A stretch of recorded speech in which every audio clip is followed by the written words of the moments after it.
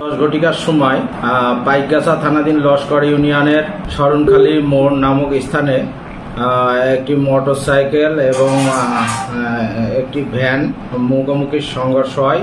ভ্যানের চালক এবং মোটরসাইকেলের আরোহী 2 জন, মোট 3 জন গুরুতর আহত অবস্থায় তাদেরকে স্থানীয় লোকজন উদ্ধার করে পাইকগাছা উপজেলা স্বাস্থ্য কমপ্লেক্সে নিয়ে আসলে জরুরি বিভাগে চিকিৎসাধীন অবস্থায় তাদের মৃত্যু ঘটে।